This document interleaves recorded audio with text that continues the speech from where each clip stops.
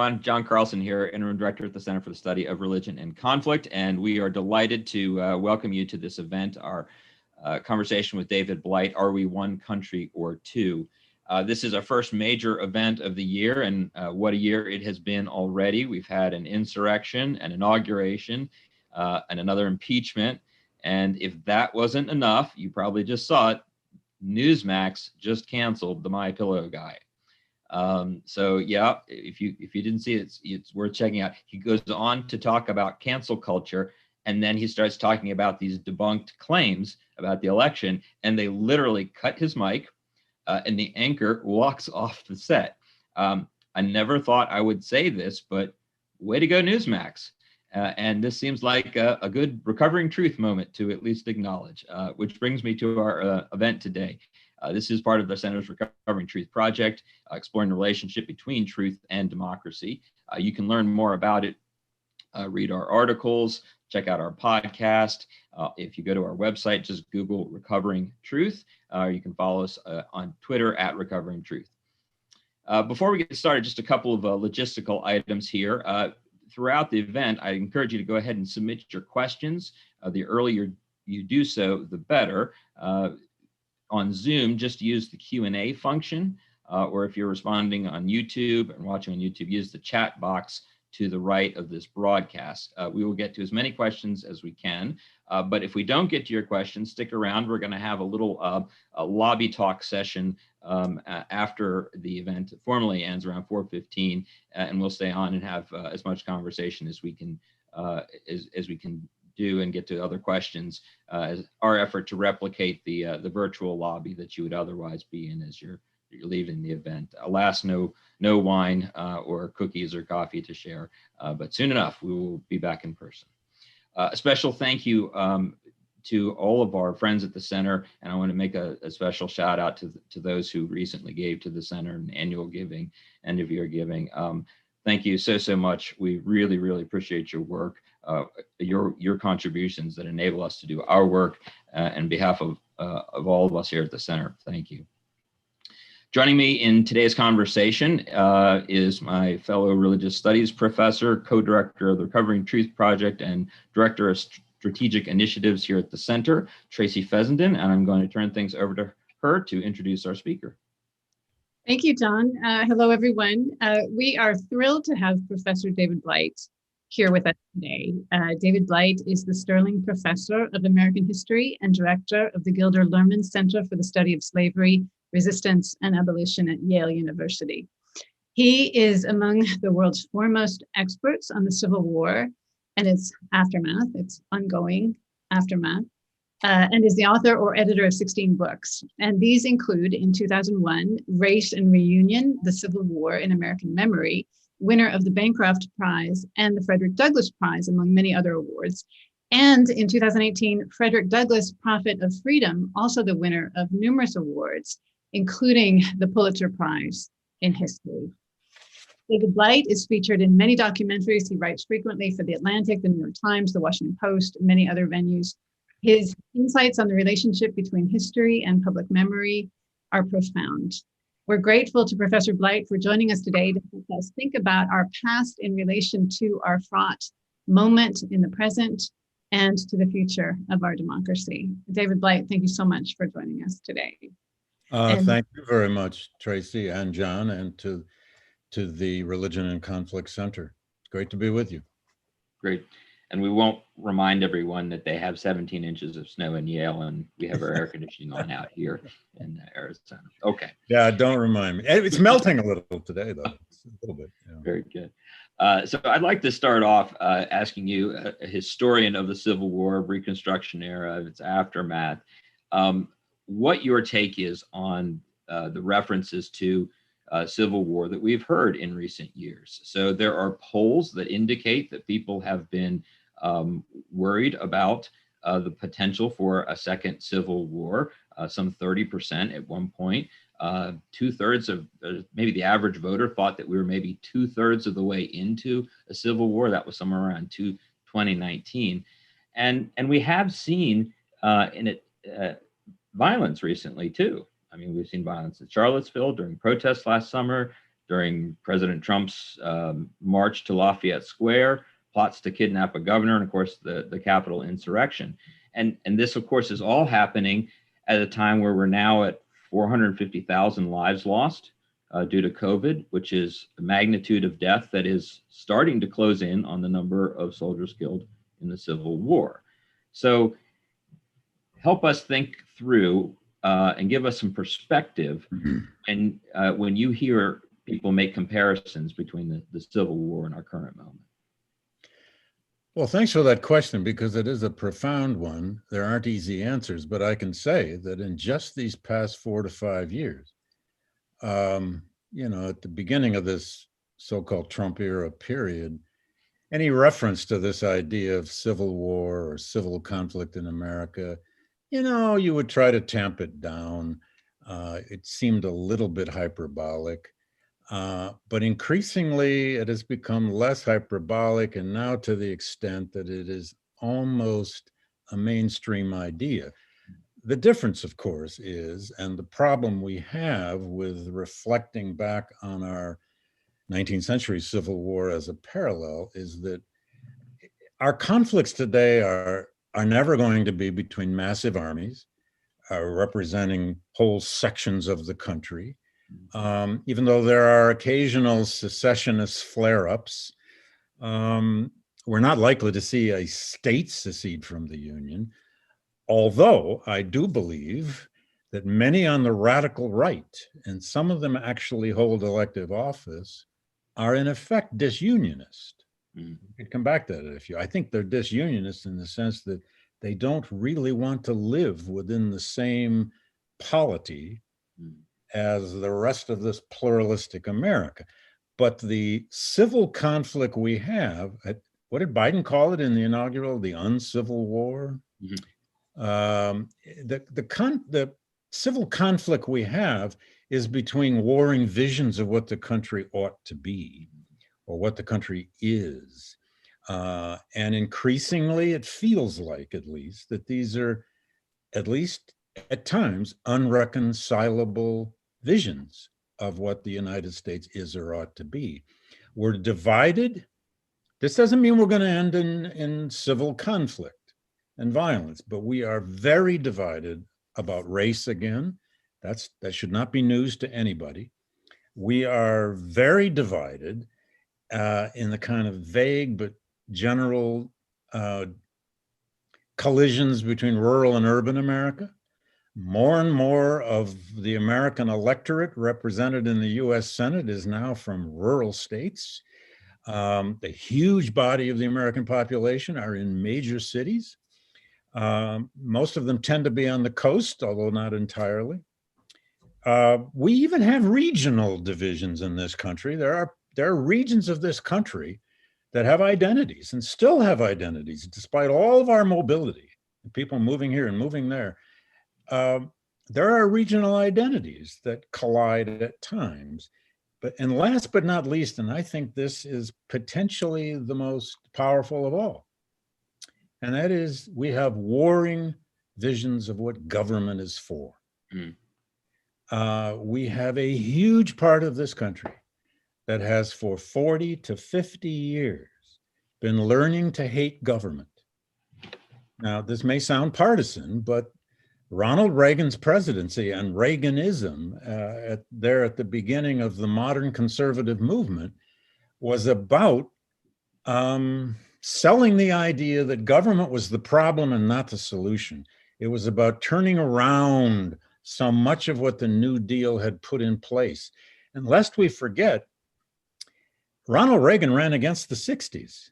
He ran against feminism. He ran against affirmative action. He ran against civil rights. He ran against American pluralism. He ran against gay rights, all of which have become seemingly normal mainstream aspects of American society, but not for the American right. So if you just add up that mixture, fundamentally different visions of what government is even for. What is the relationship of people to governments and government to people? That's an eternal American divide. It is, because we have federalism. You add race to this stew, and by that I mean immigration as well. And then you put in this rural-urban divide in this country. It doesn't mean these are insoluble issues. I mean, all societies have these kinds of social collisions because of growth and change.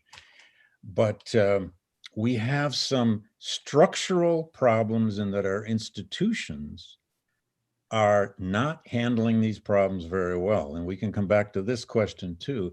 I do think part of our institutional structure in this country, whether we're talking about the US Senate or we're talking about infrastructure, is broken.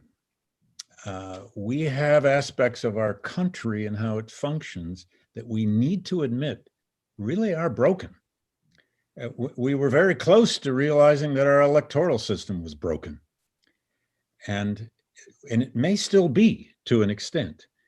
But we're not in a real civil war, but we are in a society. The favorite term now has been for a long time is polarization, but that doesn't even seem to fit this anymore. We're really divided about what the United States is and what its future ought to be. Can I just offer a quick follow-up to that, and then I want to get Tracy into this conversation. You listed so many different sources of division, but it seems to me there are a couple others as well, which is what we're seeing, again, beyond just polarization, but one is a commitment to democracy and to the norms that seem to be governing democracy. Yeah. Other ones seem to be basic understandings of reality. I mean, we can always argue about what values we have, but we have never argued or been clashed in such ways that we have today about the facts. And I think the one that you really hit upon is these are the things that are much more fundamental, is the difference between those who want to, quote unquote, take our country back. I think there's a few different ways that you can read that: temporally, demographically, taking the country back, et cetera, from those who want to take our country forward. Right. And statistically, the polls show that there's a big divide, and those are overlaying.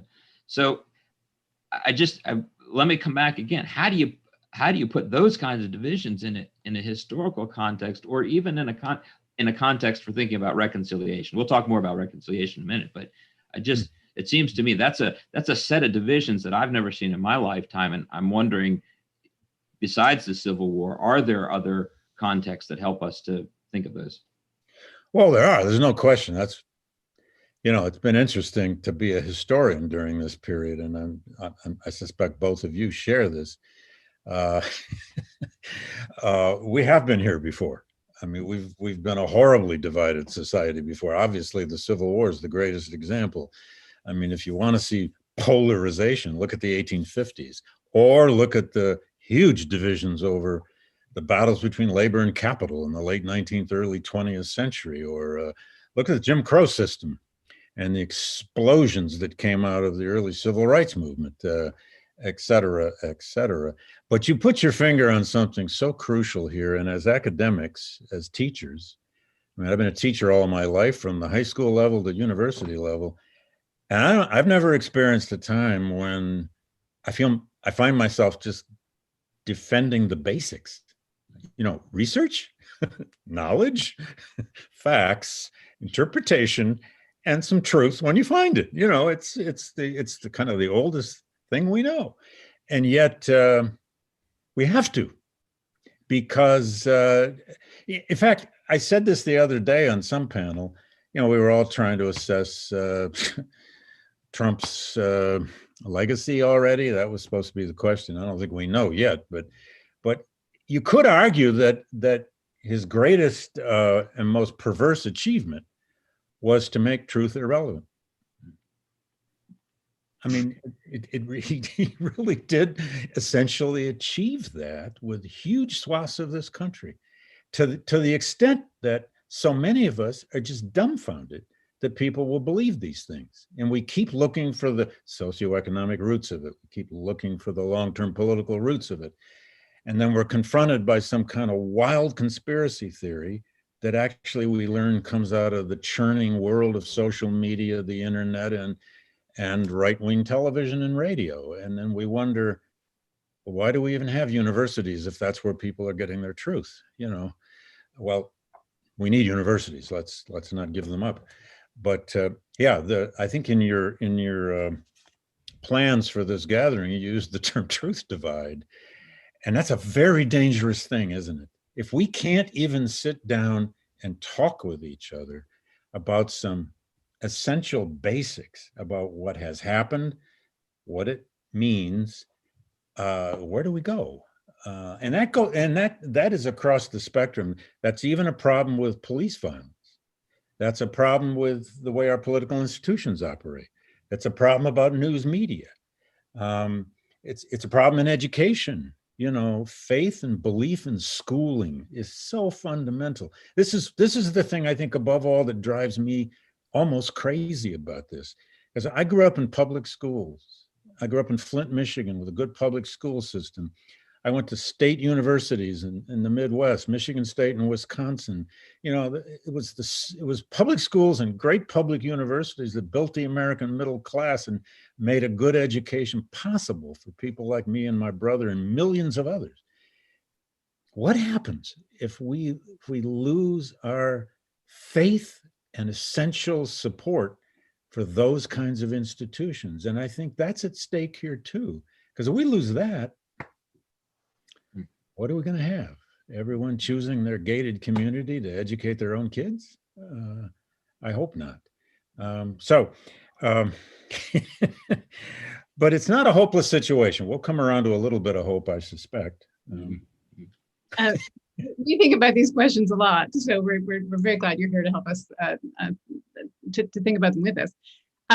You mentioned Ronald Reagan, and as different as Trumpism feels from Reaganism, you reminded me, of course, that Reagan announced his candidacy in Philadelphia, Mississippi. Oh yeah. And into a longstanding divide that, what we're calling the truth divide seems to have mapped onto in some powerful ways. So I want to return to this comparison between our present moment in the Civil War or the aftermath of the Civil War. You shortly after the January 6th insurrection in the New York Times about Trumpism as a lost cause, by analogy to other lost causes in history, Germany after the Great War, but also more germane to our conversation, perhaps the White South after the Civil War. Right. You write, all lost causes find their lifeblood in lies, big and small, lies born of beliefs in search of a history that can be forged into a story and mobilize masses of people to act politically, violently, and in the name of ideology. The story of noble defeat at the heart of a lost cause ideology, you say, demands a religious loyalty.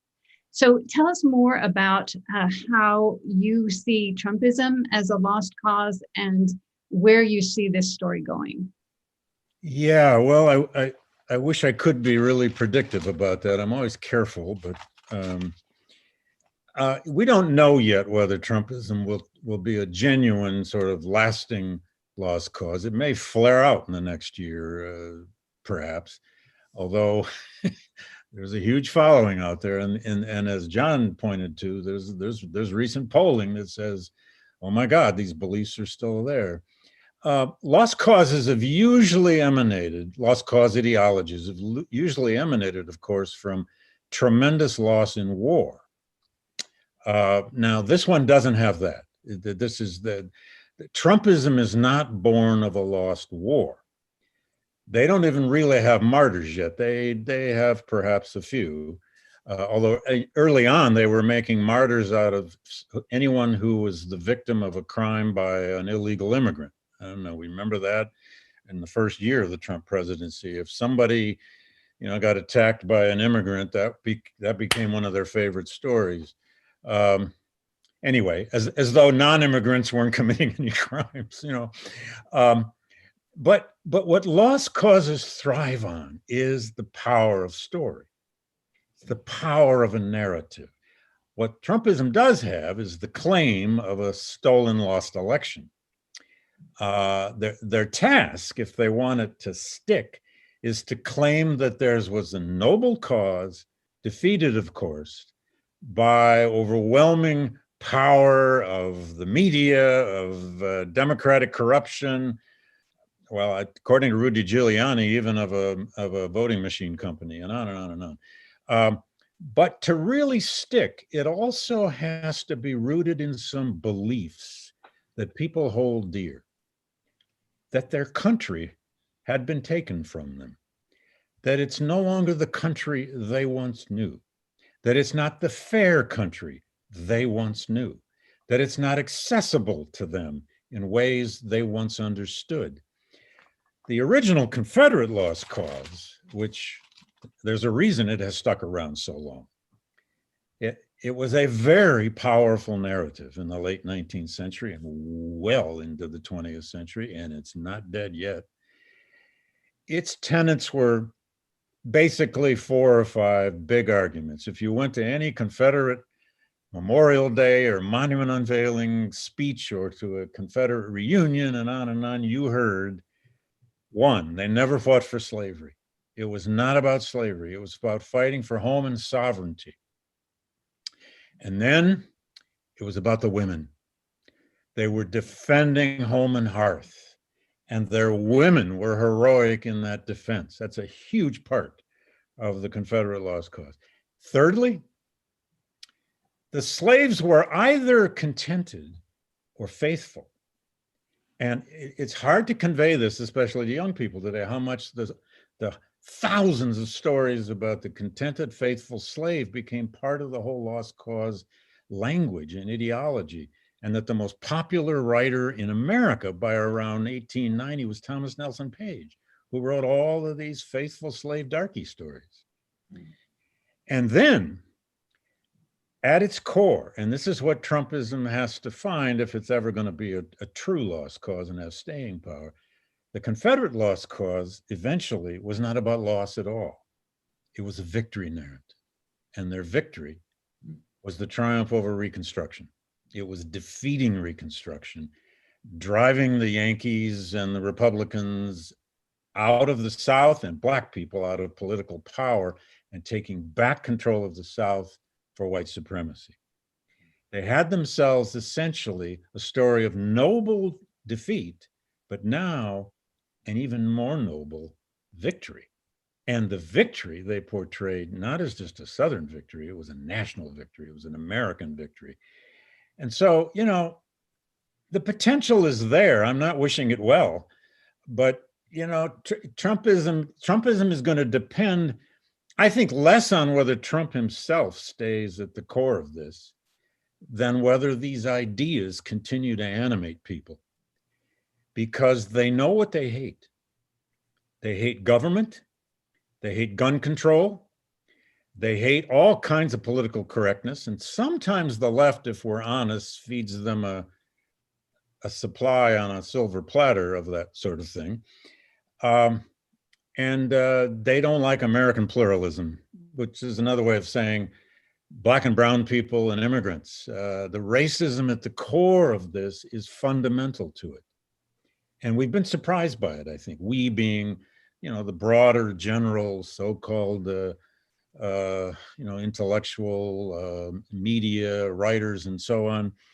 You know, the kind of virulent white supremacy that we saw in the wake of the Charleston massacre in 2015, and then Charlottesville in 2017, and then recently at all the Trump rallies, and then the Washington, D.C. event, you know, still continues to shock us by its scale, and now by its sheer virulence. And, you know, it's not news anymore that white supremacists and domestic terrorists are the greatest threat to this country. 20 years ago, would we have imagined we were saying that? Even after Oklahoma City, would we imagine we were actually saying that? So I don't know if Trumpism is going to remain a lost cause, but I wrote that piece because I thought we need to see its potential in historical comparison to other lost causes. And don't forget the Germans in the 30s. My God, the stab in the back theory. And also, I have to say, lost causes in history. I mean, the 3 big ones I mentioned in that piece, but there are some others. The French after the Franco-Prussian War, the Germans after the Great War, and the American South after the Civil War. it took years for these ideologies to really get traction, take hold, and have cultural power. We're only, what, barely a month after Trump left office, and we haven't even managed to walk through his second impeachment, which could make him a martyr of some kind to his minions. It's one of the risks that Democrats have taken by going ahead with it, but I think they had to. I have a follow-up, but I'll leave it for the Q&A because I know. Okay. Let me ask you a little bit about the some questions involving unity and justice and reconciliation. You've recently written that, you know, unity, healing, reconciliation, this requires justice. It can't be at the expense of the other. And I want to come back to these really stark divisions that we've laid out between some of the different sides. This is a really difficult thing to figure out, because there's some people who might look at what happened at the Capitol insurrection and say, I don't want to unify with them. That's Right. not my America. I'm not seeking any kind of unity at all. Prosecute them, throw them in jail. And there may be other people saying, well, I wasn't there, but actually I knew a few people who were there. Yeah. Or I could see some friends of mine showing up there or something. Mhm. And this gets to a real kind of question about how do you balance that? How do you pursue that? And, you know, I think about the contrast in Lincoln's inaugurals, where in the very first inaugural, it's very clear that his foremost concern is to preserve the Union. Right. And there's all sorts of this long laying out of Olive branch after olive branch after olive branch. Exactly. And fugitive slave laws and everything else. By the time you get to the second inaugural, we're a whole different ball of wax there. Yeah. So how do you think about, how should we think about that lesson? Are there positive lessons or negative lessons we should learn from that effort to strike this balance between the appropriate balance, whatever that is, between healing and justice, or unity and justice? Well, I love that question too, but it's a huge one. I'll try to answer the two 30 ways. seconds or less, please. Okay, you got it. Boom. I kind of try to think about that in two ways. One as a historian, and using what I learned by studying the Civil War memory, but then also as a citizen right now. But first, the historian. I mean, the central lesson, I've written 2 books on Civil War memory, and the central lesson from all of that stuff is that you can attempt healing and reconciliation, and you have to. I mean, the United States had to be put together, back together after the Civil War. But if you don't achieve some kind of justice to those horribly victimized or those who have lost, you cannot really achieve healing. You can't have healing without some degree of justice, and justice has to come through policy and law, not just in moral persuasion. I mean, I could go into many examples after the Civil War. My goodness, the culture of reunion and the culture of reconciliation, which is what that earlier book was all about, Race and Reunion. The Americans achieved a reunion and they celebrated it as a triumph. And okay, that's fine, but it had terrible costs. Cost to Black people, cost in race relations, cost in law, cost in trust in institutions, and cost in blood. And there are 1,000 examples there. Reconciliations always have cost. Now, and again, we can go back to that, but as a citizen today, though, my own feeling about it and I did a second book on the Civil War centennial period of the 50s and 60s, and that moment, which was the moment of the Civil Rights Movement. You know, for us to heal now and to find some unity after this incredibly divided politics we have is going to require, honest to God, hard-nosed policy that leads people to see that this is justice for these people, and this is justice for those people. And it's fair. Now, not everybody's going to agree on that.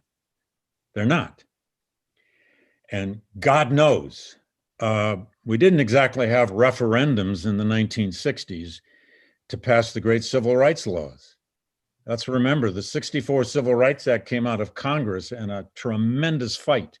And then the Voting Rights Act of 1965 came after an additional great fight and filibusters and all the rest. There was no national referendum. We didn't put the Voting Rights Act to a national vote.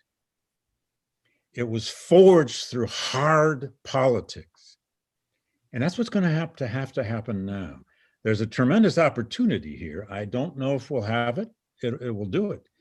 The Biden presidency and his team and the Democrats with their narrow little control of Congress have a chance here to enact some policies that just might draw back, whatever, 3 to 5% of the Trumpists, 5% or more of people out there who, all those voters who kept saying, I don't really like Trump. He's a disgusting human being, but he's going to give us the things we want. Or I admire the tax cut, or I admire, who knows what is really in their heads. But maybe there's 5% of that electorate that is there to be achieved if they can see actual policy and actions and law that they can line up behind. Look, 2 generations were changed and shaped by the New Deal. But look how long it went on. And then, of course, by World War II. I was raised by 2 parents, one of whom was the daughter of German immigrants, and her father was an auto worker in Flint and a founding member of the United Auto Workers, and he thought Franklin Roosevelt was the son of God. And they had FDR on the dining room wall, and Jesus was off in the parlor in the corner. But my father grew up on farms where they hated Roosevelt. They were historically wrong about it. They blamed him for all their foreclosures, but they always canceled each other out. But they were both completely shaped by the Depression, the New Deal, and World War II. All of their values, all of their ideas. And my dad was a super patriot and a 4.5-year veteran of World War II. So we could be living through an era of our politics that's going to have tremendous division and conflict, but it could be reshaping us. It could be reshaping young people, one can hope. Because one thing that did come out of this past election, it's the one place I find hope, and that is that to a degree, electoral politics worked. Worked in the sense that Trump could spread all the lies he wanted about the election results. He could spin any way he wanted, months before the election, that it was going to be rigged, and on and on and on and on. But he was defeated. He lost. And Georgia is our classic example now of tremendous mobilization to win a state that did not at all seem winnable. And then your own state of Arizona, which, surprised a lot of people. And that was a narrow, close one too, wasn't it? Very close. But electoral politics actually can work. And we need that lesson to be learned by the next generation and the next generation, because if they lose any faith in that, what else is there? Where do you go if you can't look to electoral politics? So, I try to think of it as a historian and learn those lessons, and I do, but I'm also trying to think about it as a citizen now. And last point, I don't think we solve this by just trying to talk to our neighbor. I know that's a good thing. I have cousins in Michigan who voted for Trump. We don't communicate much anymore and haven't for some years. I don't think we solve this just by sitting down and finding our common humanity. That's worth doing, of course. It always is worth doing. You go talk to your neighbor. You don't even know what the politics are necessarily. Well, I do on this street in New Haven, but anyway. But what really changes us is experiences in relation to policy, to law, and events, not just getting to know somebody. That helps, that helps. It certainly helps that so many Americans have gay sons and daughters in their families, and that had a great impact on making gay marriage finally a consensus issue. There's no question about that. but we can't just wait around for us to be good neighbors again. That's not going to work. We got to have policies. Institutions too. Yeah. David, I'd like to bring in Frederick Douglass. Great. Always for that. In response to the Supreme Court's 1883 ruling in the civil rights cases that left it entirely to the states to protect Black civil rights or to eviscerate them. Yeah. Frederick Douglass said, quote, the surrender of the national capital to Jefferson Davis in time of war could hardly have caused a greater shock. Right. He wrote, that Confederate flag parading inside the Capitol on January 6th caused a similar national pain and shock. And so we're talking about solutions, possible solutions, recovering from the damages of Trumpism encapsulated in that moment of national pain. Yeah. Will, you write, take great political skill and moral imagination across American culture, from the Biden administration to every teacher in the land. The country needs healing and unity, but it needs justice and better storytelling of its history more. You've also invoked Reinhold Niebuhr to make the point that history, American history, is essentially tragic, and that our demands that it be otherwise, that our American history be a story of progress, are made at our great peril. So bearing in mind this tragic sense of American history, which I think many of us are feeling in a very full and present way, and all the ways it cuts across the American grain, we as teachers and scholars become better storytellers of American history. How do we cultivate in ourselves, our students, our readers, the requisite moral imagination to recover our democracy? Wow. Well, I love that, Tracy. I mean, there are many parts to that. Let's go back to that first quote you used by Douglass. Isn't that, I mean, he was so angry and upset and betrayed after that 1883 Supreme Court decision, which in essence was the obliteration of the 14th Amendment. It was the obliteration of equality before the law, which had been the purpose of his life ever since the Civil War. And he in fact, that speech ended with him using a line from, I think it's from Matthew, I walk by faith and not by sight. I don't know what to do next is what he was saying, but he said it was like Jefferson Davis walking into the US Capitol. Well, that night when I first saw that photo of that guy with the Confederate flag in the Capitol, I remember, I don't remember much else that evening because we'd all been watching that for hours, but I remember sitting down. I just sat down and thought, oh God, that's never happened. That flag's never been. Robert E. Lee and Jeff Davis have statues in that Capitol, which should be removed, but that flag inside I had to sit down. And that's when I began to think, there's a new lost cause just walked into that building, but what is it? Niebuhr and tragedy, yes. And the narrative of American history, how do we all become better storytellers? Well, I wish I had a prescription for that one perfectly, but boy, isn't that what is at stake? Look at the recent incredible brouhaha we had for at least a few days over the so-called 1776 report or project. I went on the attack about it on Twitter, and I had my followers doubled, I think, or something. People just needed to be screaming about it, and that's, I guess, what I did. It was so puerile and idiotic. But, there is a narrative of America that people want to believe in. Let's face it, that it's, and you can't kill it. You have to work with it. It's this idea that America came out of a special vision, a sort of chosen destiny. This takes us to these ideas of civil religion, right?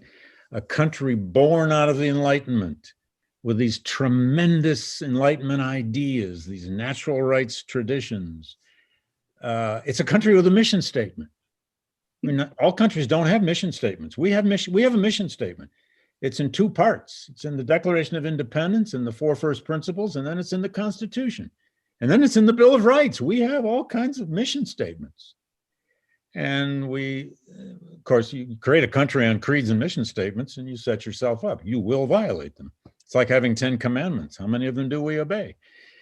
Anyway, so this vision of America as a place that is somehow a model for the world, always improving, always maybe just getting a little better, essentially about the idea of movement and progress, is very hard to kill.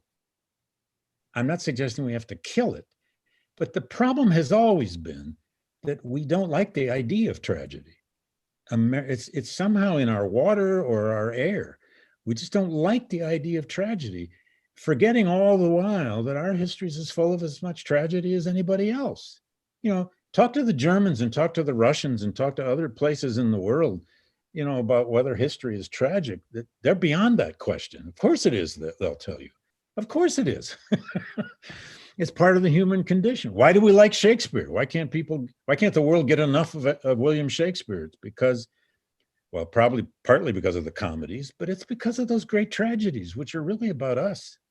They're about who we are. It's about our condition that can well up at any time.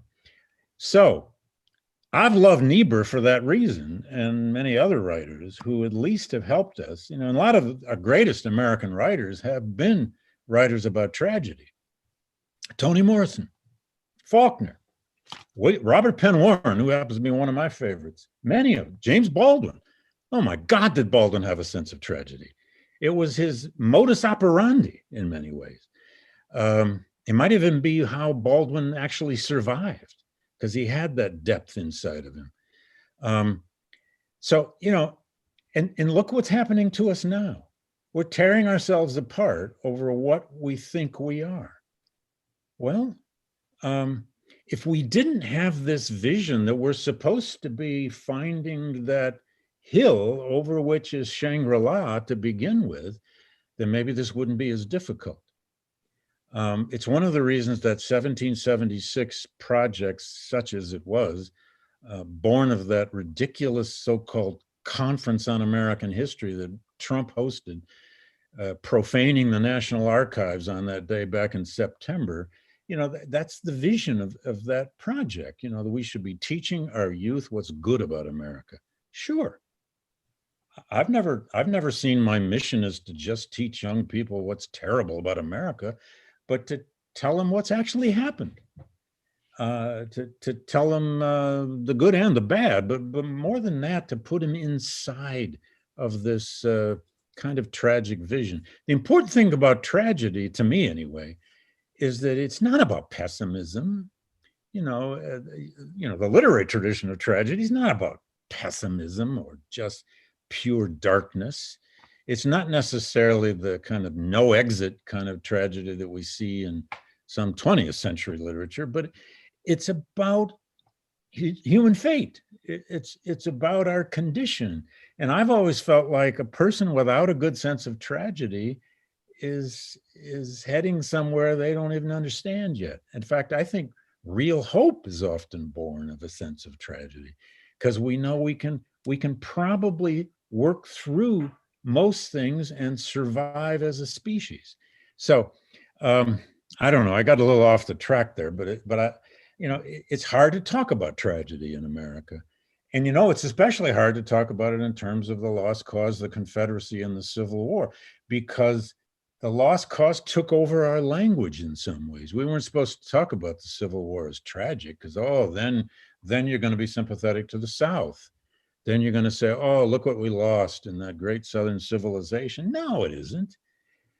I mean, if you can't talk about tragedy, then how are you going to fit a massive civil war, 80 some years into the history of a republic, that tears it to pieces, kills 700,000 people, destroys the world's largest functioning system of slavery, and then has to reinvent itself, which is what we did. That's an extremely tragic event, out of which came a new country, flawed as it was, on a new trajectory. So anyway, but that flag inside the Capitol, it's now become, that photograph is going to end up in textbooks. It's going to end up all over the place. And I don't even like looking at it anymore, but I can't not look at it, because there it is. So if they caught that guy with that flag yet, I don't know. They keep reporting on who's been caught and who hasn't. I hope they've caught him. Been preparing for this wonderful conversation that we're having, David. I haven't followed the news. Oh, okay. You didn't find that one. You got the pillow guy's fate, but you didn't get that guy. Oh, okay. I thought they did catch him. The 1776 curriculum, one of our Recovering Truth Fellows follows this very closely, Christian Now, said that curriculum came right out of a Christian homeschooling curriculum, almost verbatim. Yeah, that's what I've heard too. Yeah. And I think the danger of it is less on a general sense than it is parents getting hold of it and using it for homeschooling. And then even worse, school boards that might get hold of it and just decide, oh, no, this is what I've always wanted to see here. I don't know if that'll happen. I was so glad to see that President Biden, I think he did it on day one. He just said, no, get that out of here. Can I come back to something here? Because there's a way in which I think our conversation about the 1776 project, on one hand, has been juxtaposed against the alternatives, say, for example, the 1619 project. Yeah. And there may be arguments that different folks want to make about each of these, but there's a whole set of terrain somewhere in between them that I think that we're sort of walking around and trying to figure out, how do we reassemble that, whether it's through the language of civil religion or shared narratives, a shared history, history that has some grounding in a story, the story that makes sense. And yeah. You're saying the American story of tragedy is intimately tied to the great chasm between our aspirations and our ideals and our failures to live up to them. Yeah. Well, there's something both to esteem and affirm there, as well as something to, right. So how do, it seems to me, those are the kinds of vocabularies that are supposed to be neutral, that are not supposed to be, this is liberal or progressive or Democratic or Republican. There's plenty of terrain there. That's to have a conversation. That's the unum, right, in which we can all be our pluribus and pursuing right. our own lives, right? Well, and the audience should know we didn't rehearse this, but I love this question because I too have a few problems with the 1619 project. I mean, look, any historian does, I think, almost. And it's less the actual document itself than what people have done with it. I'll be honest here. I'll be blunt. I'm up to here. I'm up to here with hearing 400 years of racism, 400 years of this, 400 years of that. That just levels everything. It just flattens everything. It takes what history actually is out of the story. Slavery did not arrive in America in 1619 as some intact institution at all. It evolved, of course, out of the system of indentured servitude. It became racial in America easily. We know by the 1640s in law and so on and so on. But it takes contingency. It takes change. It takes massive social economic change out of the story. It also takes the contingency of people who resisted it. You hear sometimes about the 400 years of racism. You'd think, well, there wasn't an abolition movement, and even if there was, the abolitionists were racist too. That's a danger in this. We can say the 1776 project probably was some kind of reaction to the 1619 project and all the publicity it has received. And sometimes the left does the same thing the right does. It seizes on something and then it just becomes a mantra that everything has to sort of fit into. And, how many times as a historian do we all stop and say, no, come on, folks, it's a little more complicated than that. I'm actually reviewing a book right now that, for the New York Review of Books, that will allow me to say some of this. It's about the anti-slavery constitutionalism of Abraham Lincoln and the Republican Party and the lead up to the Civil War. Anyway, so you're right. And how do we come upon narratives that actually work? Well, I came of age in the 70s. I was a high school teacher. I was in a large urban high school in Flint, Michigan. We were teaching Black history for the first time. Most of us had no idea what we were doing, including me, but we did our best. You know, we did a lot of things bad and we did a few things right. Eventually there were better textbooks to use and I went to graduate school. Okay, but you know, what is this thing called America? Well, it's an encounter of all kinds of peoples at first, right? All sorts of Europeans came here. All kinds of Africans came here. And then there were all these different varieties of indigenous Americans, American Indians, and they collided with each other. Now, you know, and it had terrible conflict. It had disease-ridden death. It had the mixing of cultures. And out of that came this nation in the late 18th century, you know, this thing, born out of revolution, born out of the Enlightenment, born out of revolution, born out of the British Empire, that also had a huge system of slavery, yes. And then that nation grew for 80 some years, and it grew like crazy across its continent. And my God, it had a lot of conflicts, but it also was becoming this inspiring thing to itself and to the world. You know, Frederick Douglass once said, just to go back to Tracy's use of Douglass since he came up here, Douglass once said, America is its contradictions, all made up of its contradictions.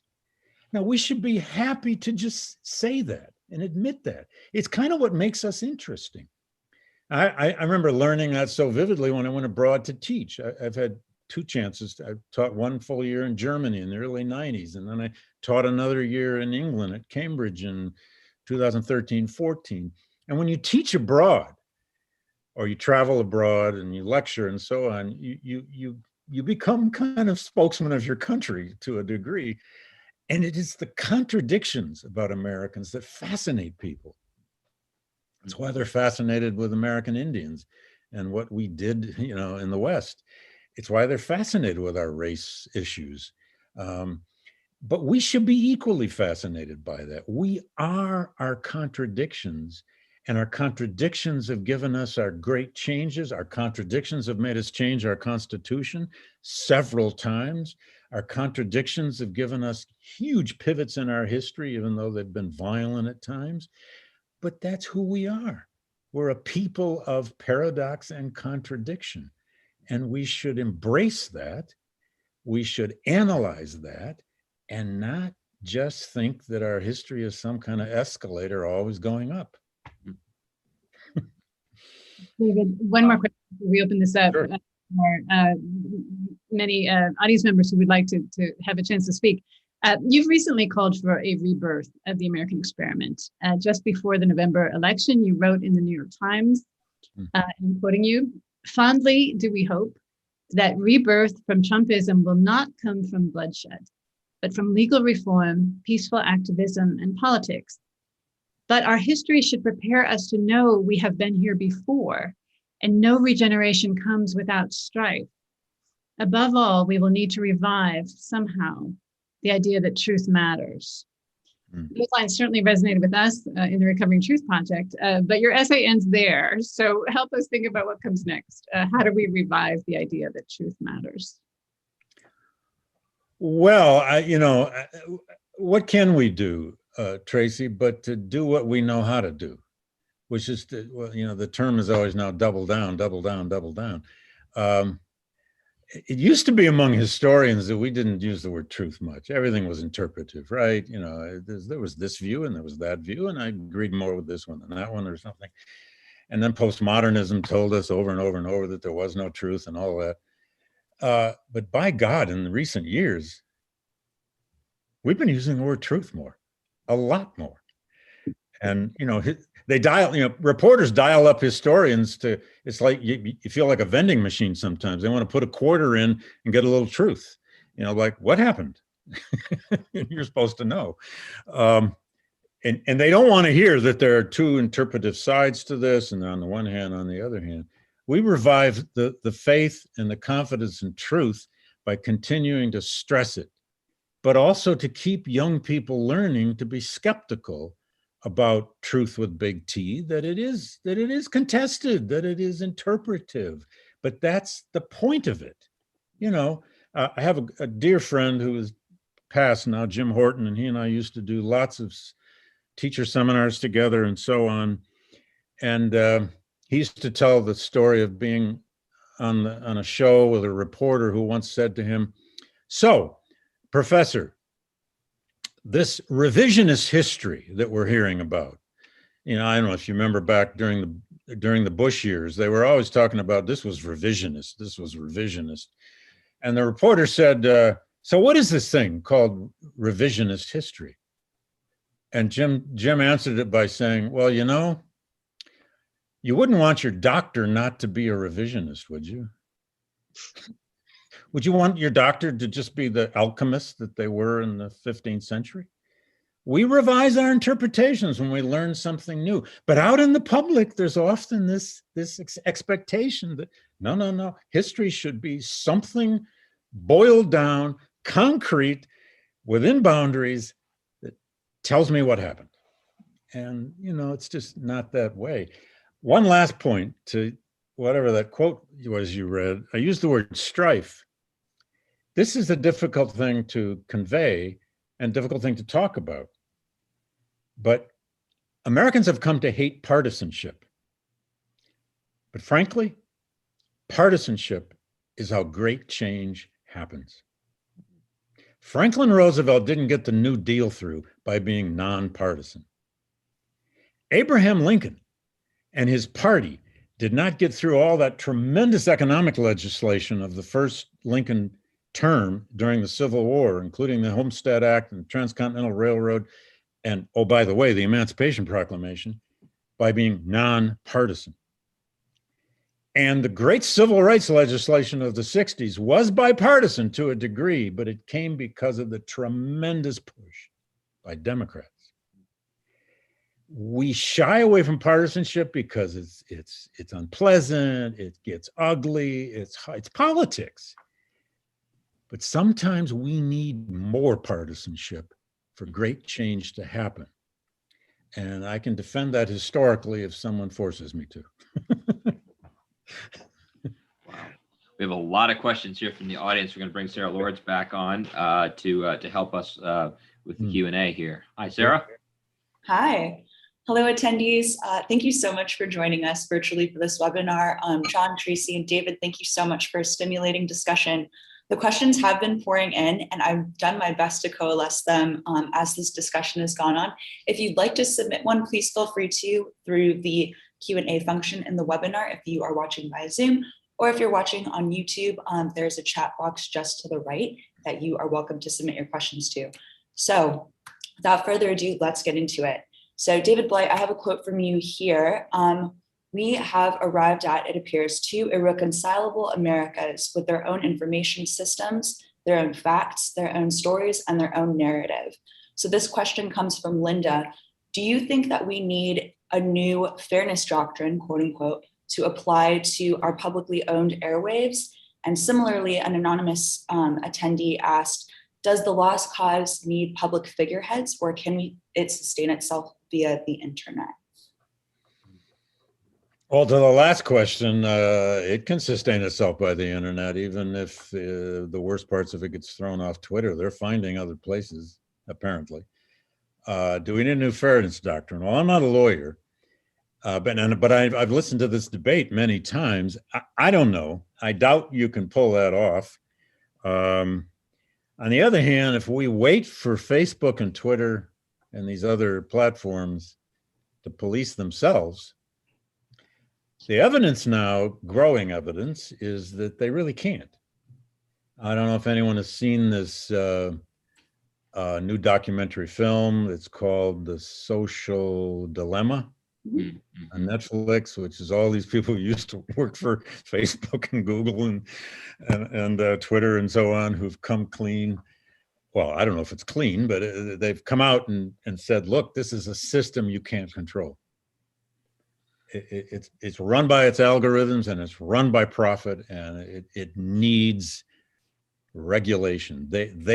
Many of these are the people who set up the systems. If those people are saying we need to regulate this, then we probably need to regulate it. How is one of the greatest challenges of this new technical age. I mean, it's only 25 years ago, none of this even existed. So we're not very long into this. You know, how long did it take to even learn how to regulate the airwaves from the beginning? So I don't know. But there's no question that social media drives our politics. It just does. Absolutely. John and Tracy, if you'd like to offer follow-up comments throughout. Yeah, please join me here, Tracy. We'll just, I've never been on a program where I get myself quoted back to myself so many times. we do our homework out here. Yeah. Yeah. I give you credit, man. That's no, please, we've had enough to say. Please. All right, we'll continue on then. You talked a lot about the American history as inherently tragic. I feel very much like myself and many of those watching are identifying with that now in kind of a new capacity. American life right now does feel tragic. There's the racial reckoning, there's the insurrection. We're in the midst of an ongoing pandemic. What lessons can the Civil War teach us about holding lament and grief individually and publicly? And how does that inform our process and imaginings in moving forward? Additionally, what does it tell us about the role of truth in public life? That's a lot in one question. I would start first with the Civil War can teach us a tremendous amount about loss and grief. Start by reading Walt Whitman. Whitman was our death poet. There's never been anyone like him. And from there, go to read Herman Melville's Civil War poetry. It was Melville who said in the introduction to his collection of Civil War poems called Battle Pieces that he prayed, he said, that this terrible, tragic conflict would in the end instruct us. Which is Aristotle's essential idea, right, about tragedy. Tragedy is that which we can somehow experience. Some of us survive and are instructed. Then read Drew Faust's now very important book called The Republic of Suffering, which was her book about death in the Civil War, the death culture, the scale of death, that the burial practices, the mourning practices that a war of that scale brought about in America. And here's a number for you to think about, for everybody to think about. If you took the scale of the death in the American Civil War for those 4 years, which was over 700,000 Americans, that's just combatants. It doesn't even include the estimated 100,000 slaves or freed people who died in the process of emancipation and thousands more civilians. If you took that number per capita from the 1860s and you moved it to the era of the Vietnam War, there would be over 5 million names on the Vietnam Memorial. There's 60-some thousand. Can we imagine a memorial with 5 million names on it? We can't even imagine that. But that's the scale of loss to that society. And it's one of the reasons it took so long to ever really process the meaning and memory of that war. And to a degree, we never fully have. It also can teach us this, and that is that, to go back to one of the opening moments when John raised this, that democracies are very vulnerable. They're extremely vulnerable. And there weren't very many real ones in the world when the United States, when the secession happened in 1861 and Americans went to war to see if they had a future as a nation. There weren't very many of these republics anywhere in the world. There was the attempt at them in the 1848 revolutions in Europe.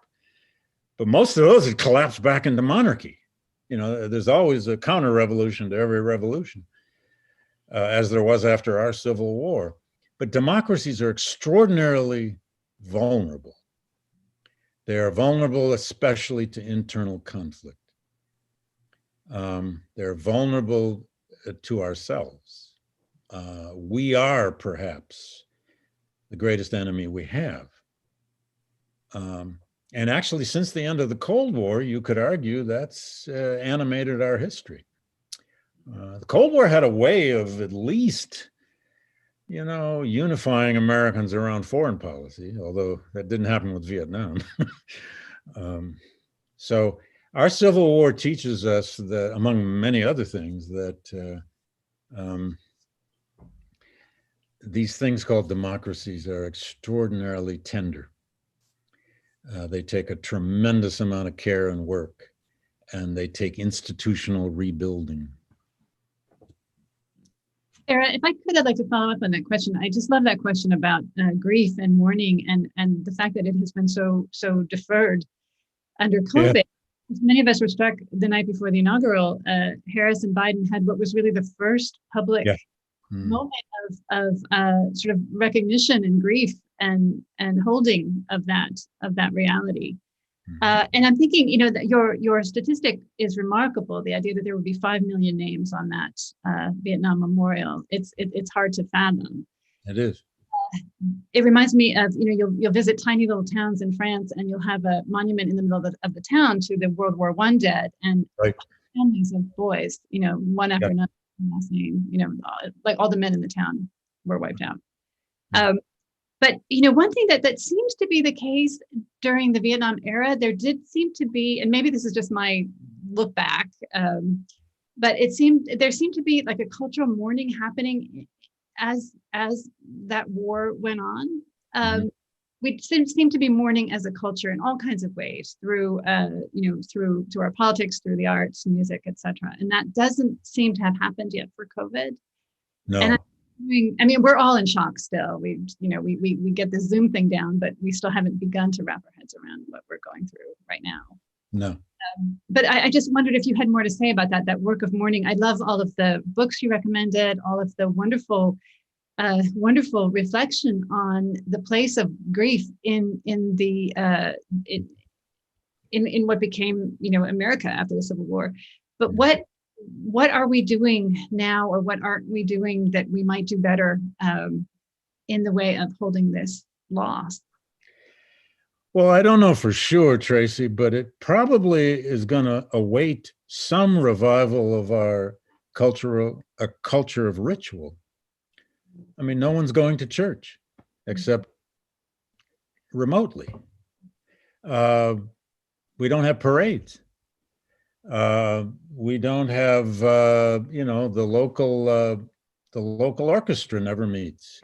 The neighborhood music group never gets together. I mean, they might do it virtually, and that's useful. We're all living this way, aren't we? It's amazing. Schools. I mean, this is one of the reasons we want the schools open, so kids actually learn a little socialization. They need to learn how to fight on the playground, right? But ritual is such an important part of mourning and grief and loss, and whether it's deeply personal or collective. And you're right about the Biden-Harris event there on the mall. And weren't they going to maybe make those lights permanent? I don't know. It'd be quite a step if they did. They being, I mean, there's a huge bureaucracy that has to approve anything on that mall, and that might have a hard time getting through those committees. But we hadn't had any such, or even at the inaugural, when we can say whatever we want about Lady Gaga. If you invite her, she's going to steal the show. But my God, that was a hell of a rendition of the anthem. And Garth Brooks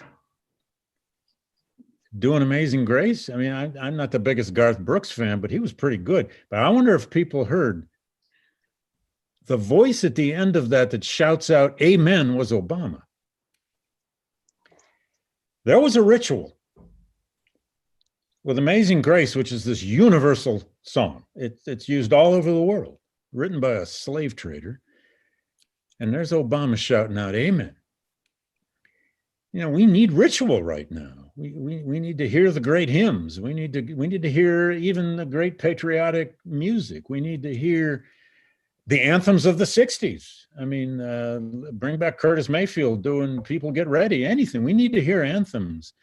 And we've been hearing them. You know, there've been unbelievable music events through television and online. And well, but we need ritual, I think, as a culture. You guys know this if you study religion, my God. I mean, it's what holds religions together, and it's what holds societies together. And of course, in this media world and internet world and social media world, where are our rituals now? I'm not sure I even have an answer for that. Since you're bringing up inaugurals and stunning performances, you had mentioned Whitman as a death poet. But how about that Amanda? Oh, God. Gorman, huh? I can't even get my head around that she's only 22. I mean, what, after that, what do you do when you're only 22 and you've already done the inaugural poem? I mean, my God, poor thing. I feel for her. You know, what's your next act? You know. Thank you. I've never had that kind of problem myself. No, I know. Well, I'm a late bloomer. I'm an original member of that club, the Late Bloomers Club. But yeah, she was spectacular, both in content and delivery. I read the poem the next day in the New York Times, and it's actually an amazing poem. That, you know, and that poem actually reaches for some of these things about American history, the tragedy out of which we might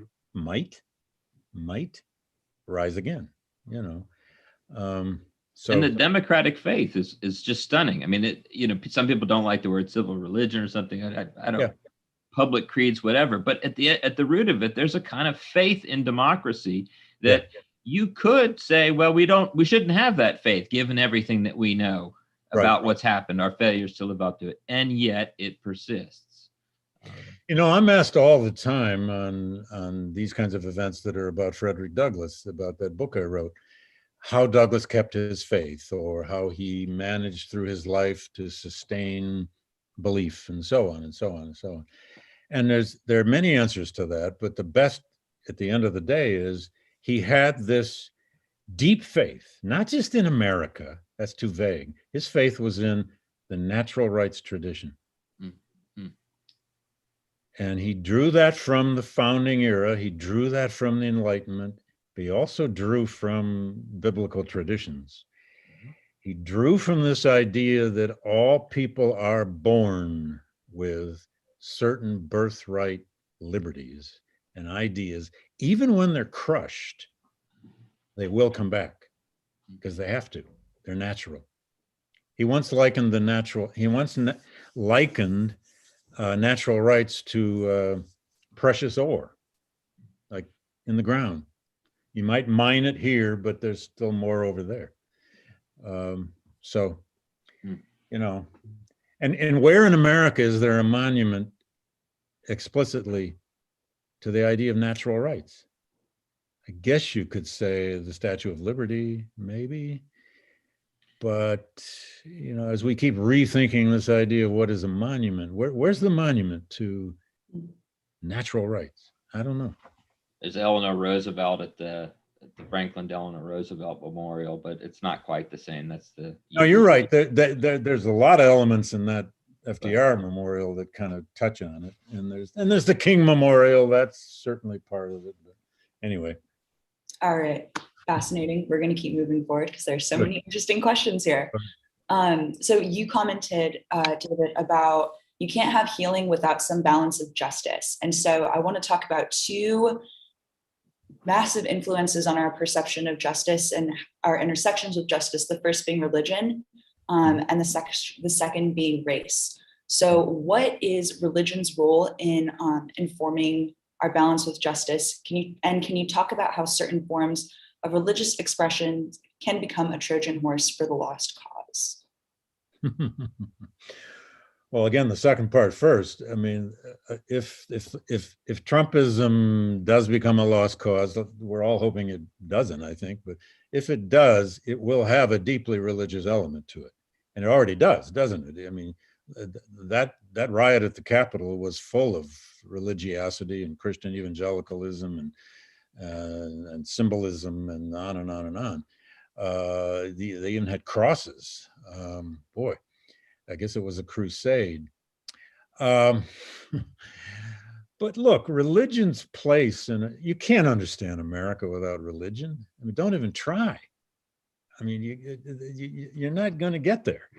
It's a country that has always been this swirling riot of different religions from the beginning, even though, you know, we did have this Protestant beginning, and, you know, but it's just been this cacophony of different kind of religious worldviews and practices and texts. And then came the Mormons, which is a very American creation. And then came Black Christianity. Whoa, which is a combination of African ideas and syncretisms and sentiments with Christianity, Old and New Testament, depending on which part of the Black Protestant tradition you look at. And then there's American Catholicism versus all the other kinds, and on and on and on. And then comes the wave of Jewish migrations, and first the German, and then the Eastern European Jewish migrations that made Judaism so American in many ways today. And now, you know, especially in the last, say, 30, 40 years, Islam has become a major part of American society. You know, I grew up in Michigan. There's a huge Arab Islamic community in suburban Detroit, and even in Flint, Michigan, where I grew up. So, you know, we've always been this cacophony of religions, but what holds us together on that? Oh my God. Think of what we would have been without separation of church and state. You know, how many times, I don't know, you guys run a Center for Religion and Conflict, so you're the experts, but where would we be if we hadn't at least had this principle of separation of church and state? You know, lots of people violate it, but where would this place be without that? Where would American pluralism have gone without that? How would we have held ourselves together without that? There are many people who have written about this and basically said it's the one thing that and the 14th Amendment held the United States together. But it's deeply part too of our self-definition. This idea that a country could have a mission. Where's that come from? Well, it comes from religious points of view. It comes from religious sensibility. So American foreign policy has at times been very much caught up in a sense of mission, for better and for worse. And look how often, you know, the politicians always refer to it as scripture. It's the Bible. I mean, you know, the book, the source is used all the time. Biden uses it. Biden's a believer, you know. Obama was very good at it. He would often not cite the text. He would just say scripture, which was probably avoiding any conflicts with certain denominations or something. But we're a country and a people, despite how much we have changed, that still takes part of its meaning from some essential stories that are from the Bible. Exodus. The whole idea that the temple had to be destroyed and the people go into exile, and maybe, just maybe, some of them find a promised land. Whoa, did that fit America? If you wanted it to. Oh, could that be used? I think this is another good example of how we formed out of the contradictions of our contradictions, because certainly same narrative have licensed the ascendancy of white evangelical Protestantism, right. Detriment of all of this wonderful pluralism, which it's appropriate to celebrate. One of the things that worries me is that the religion of the lost cause after the Civil War came about before there were Supreme Court tests for that's right. Security, right? That would protect those religions. One of the things that terrifies me is the idea that, you know, Marjorie Taylor Greene could be protected by First Amendment jurisprudence that says her belief is sincere. You know, she gets to promote it in the ways that she has. But I don't want to take any more time from our wonderful questions. So, Sarah, I know you have. No, that is the risk about her, isn't it? Her First Amendment rights and her religious rights. however crazy she is, I mean, she could become a real martyr in a hurry. Excellent, thank you. So we've got a set of questions that focuses on structures for the preservation or the negotiation of truth. The first one came from an anonymous attendee who, I just love this question. It's so honest. It says, it makes sense to me that policy and law will be more effective in reconciliation than just quote unquote talking it out with people that you know. But what's difficult to wrap my head around is how different that is from how I was raised to believe that, government changes incrementally and really slowly, and instead individual action is the driving force of how we can build change in our life. So this person asked, do you have any examples that you can give about what sorts of policies you think would aid with reconciliation? What kind of structural changes would be needed?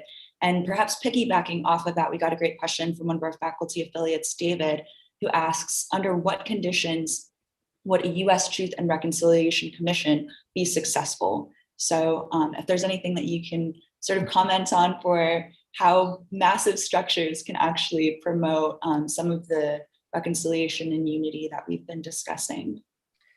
Yeah, well, we could look back at many different periods in our history and say, okay, here's a law or a set of laws that managed to get passed because of these political circumstances and so on at that time. And there was tremendous resistance to it. But over time, a modest consensus grew around it. I mean, a great case is the New Deal, right? I mean, who wants to give up their Social Security today? Well, a lot of people would want to destroy collective bargaining, and they almost have. And there are many, many other elements of the New Deal that the American right has been trying to crush, really since the 1960s, since Goldwater.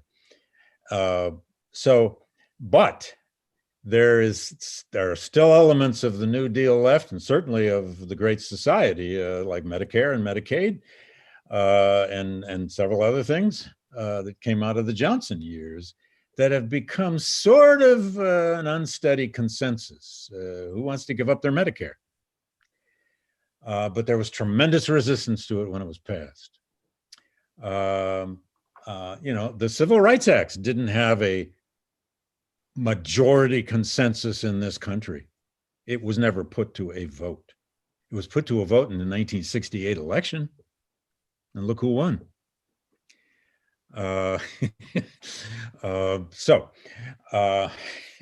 a lot of the great changes of the 60s were on the ballot in 1980 when Ronald Reagan won the presidency. Now, that second part of the question, give me that second part of the question again, forgive me. Yeah, no worries. Under what conditions, that's what I'm here for.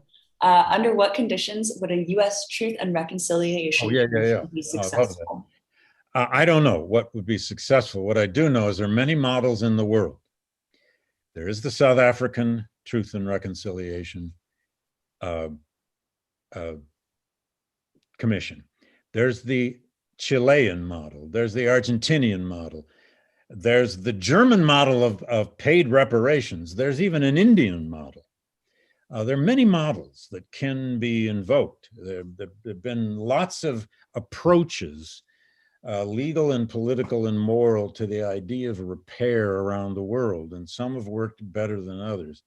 The closest thing we've ever had to one of these in America was, ironically, during Reconstruction. 1871, it was the Ku Klux Klan hearings that the Grant administration pushed to get, and the Republican-controlled Congress enacted. In 7 states, they had tribunals of 3 congressmen, 2 Republicans and 1 Democrat on each one of them. Partisanship sometimes is necessary. In 7 states where the Ku Klux Klan had been especially active, they saw over 3,000 witnesses. These were victims and perpetrators. In the end, the purpose of this was to try to figure out who to prosecute for the crimes of the Klan. And we're talking here murders, tortures, burnings of homes and businesses, and on and on and on. Well, in the end, it produced 14 volumes of testimony which are an incredible source, by the way. I used it in my book, Race and Reunion. They ended up indicting only about 600 people. No, I'm sorry. They indicted about 2,000 people. 600 were convicted. And of all those who were convicted, none of them got sentences longer than 5 years in a federal penitentiary in Albany, New York.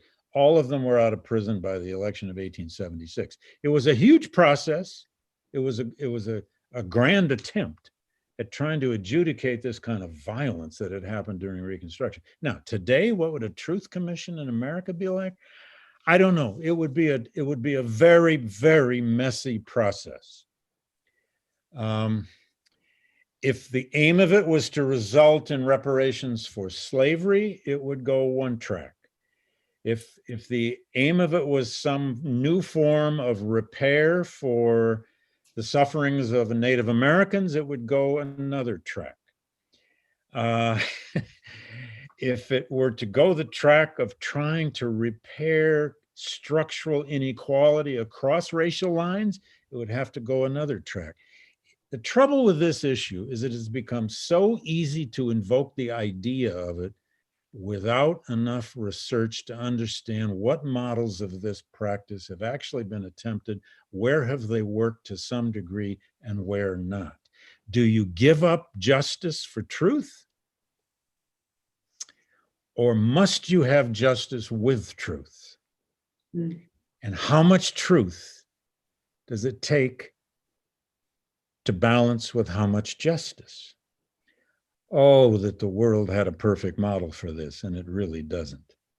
There have been many. We did an entire conference on this here at Yale at my center here about 10 or 11 years ago, where we brought in people to speak about 7 or 8 different models of this sort of approach that have been done around the world. And in the end, we had this cacophony of debate. That's what it became. Rigorous debate without any single conclusions. And we tried to do a book out of that, but we couldn't get the people on the same page to write about it. It's a very hard issue. I think it could be done in little parts, in little piecemeal parts. It could be done. But then the more you do it, you're spawning another one and another one. I prefer to start with very good policies now that can begin to work against this structural inequality we have in this country. Hey, Sarah, maybe one very quick final question here. Yes, one very final and quick question that is going to be on a massive topic, because I want to take a bunch of questions that people had and bridge them all together. So I'm sorry to make this question small, but I think it'd be worth discussing nevertheless. You were just talking about justice and truth. And interestingly, I think representation is a facet in both of those. Mm-hmm. So I'm curious what your thoughts are specifically on racial representation. Mm-hmm. Questions here include your thoughts on the book White Fragility, the mm-hmm. role of white women in Trumpism and in the insurrection, mm-hmm. and how unity, justice, truth includes representation to help bridge division. Well, I wish I had some answer for why there's so many white women in Trumpism, and I don't. I mean, I'm sorry. It's a hard thing to get your head around, except that, look, we have to at some point just admit that millions and millions of women can hold exactly the same political points of view as millions and millions of men. They can hate government at the same level. They can be racist to the bone at the same level. They can feel aggrieved about the same things, especially if it mixes religion, at the same level as men. Now, they may not always tote the guns as much as men do, but some of them do. Mm-hmm. Representation, it's obviously extremely important. Look at the US Congress now. Yes, there's no Black woman in the Senate anymore now that Kamala Harris is vice president. That's true.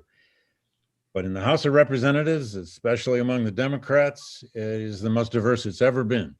And that's because American politics now, especially on the Democrat side, has been actively, aggressively trying to find women who will run for office. This has been a huge thing.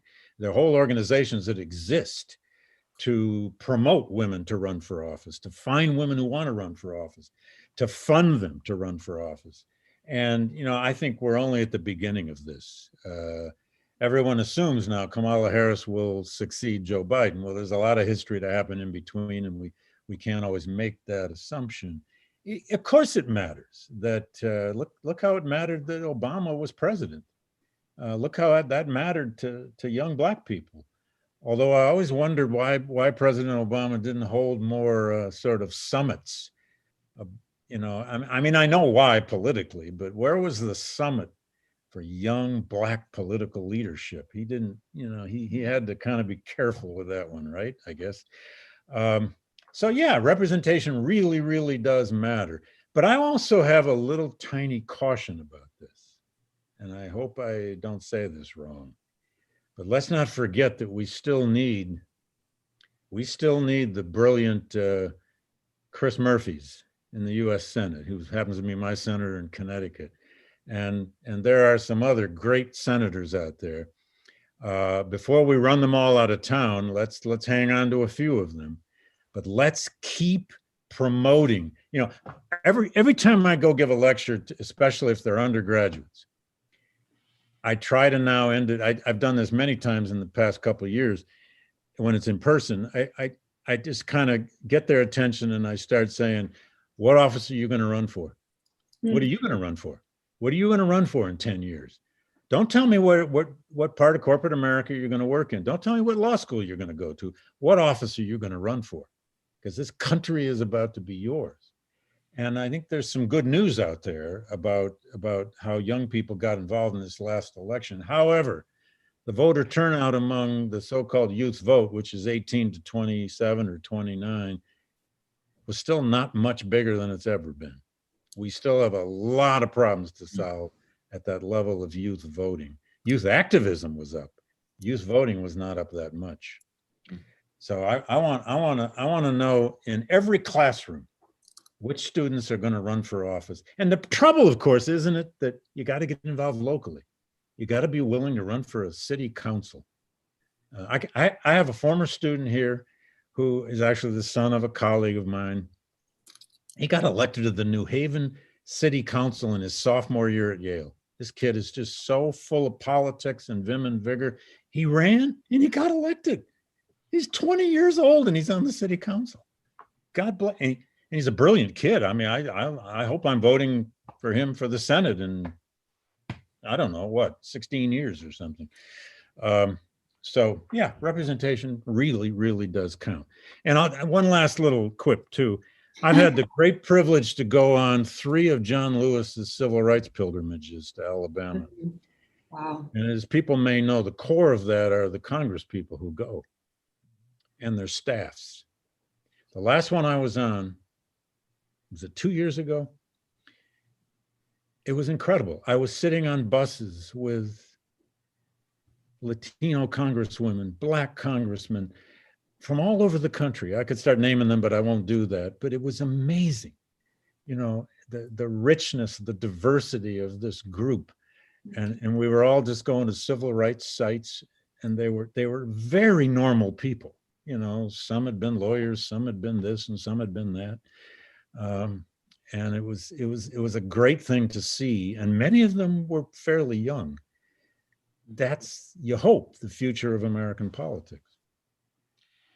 Well, we started off this conversation asking about what ways that references to Civil War are still germane in our time. And we have gone a very long roundabout way, but thankfully have gone well out of the tunnel and into the light to see the kind of responses and real reasons for hopefulness. And it's not in a kind of airy-fairy unity for its own sake kind of thing. I think this has been a really important conversation, unlike any that we've had recently, for helping us to think about, well, as a historian does, to take the long view, to help us, instill a little bit of patience, to muster up some of the wisdom and take that you've offered us and take that with us, and and to have some resilience and a little bit of faith that that this contradictory moment that we're all reeling from in many ways is in some ways kind of an epitome of what America means. And come back to something that President Obama said. He said, "We're going to be okay. We're going to get through this." So I don't know if that's what you set out to try to persuade us, but you persuaded me of that. That's my takeaway. Tracy, any final thoughts there? You have been so very generous with your time, and we blew right through the lobby talk, so we're already well into our. I'm sorry. Where we promised to let people go on to their next thing, but we are so delighted to have had this time with you. And I promised I would pass along a note from someone in the audience who said, "Tell Professor Blight that the man who was holding the Confederate flag has been arrested and charged." So. Oh, good. Okay, good. I didn't know that. That's good to know. I feel better already. Thank you so much. This was delightful, and we're just so very, very grateful to have you with us. Well, thanks, Tracy, John, and Sarah. It's been great. It's been great. It's amazing. The questions were terrific, even though they were hard. We make you sing for your supper out here, and we will bring you out here in person someday when. Next time in Arizona, you're on. Very good. January, February. That's usually a pretty easy sell. So thanks again, everyone, for joining us. Okay, today. thank you very much. Excellent. All right, for all of you who are watching, this talk has been recorded. It will be available on our YouTube channel. We also would love to get your feedback. So submit your thoughts and comments in a survey that's available on our events page, which is csrc.asu.edu/events. And if you like this talk and want to support other public lectures, consider making a donation. That is at our website at csrc.asu.edu/support. Thank you all so much again for joining, and we'll go ahead and sign off. Thank you. Bye-bye.